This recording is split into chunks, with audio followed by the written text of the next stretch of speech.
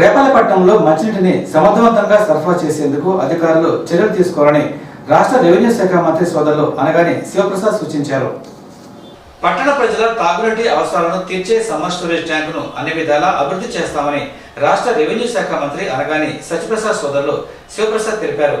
పట్టణంలోని అరవపల్లి రోడ్లో ఉన్న సమ్మర్ స్టోరేజ్ ట్యాంకును గురువారం మున్సిపల్ అధికారులతో కలిసి శివప్రసాద్ పరిశీలించారు.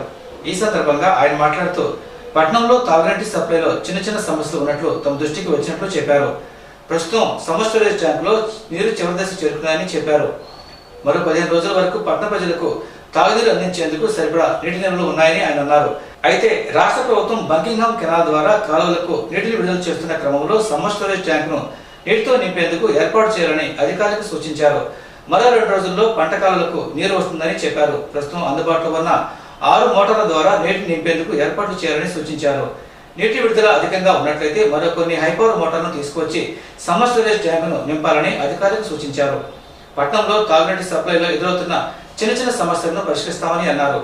నీటి సరఫరాలో ప్రజలు ఏవైనా ఇబ్బందులు ఎదుర్కొంటున్నట్లయితే తమ దృష్టికి తీసుకురావాలని కోరారు. అనంతరం సమ్మర్ స్టోరేజ్ ట్యాంకులో ఉన్న నీటి నిల్వలను, మోటార్లను, ఫిల్టర్ బెడ్లను, నీటిని శుద్ధి చేసే పరికరాలను వాటిలో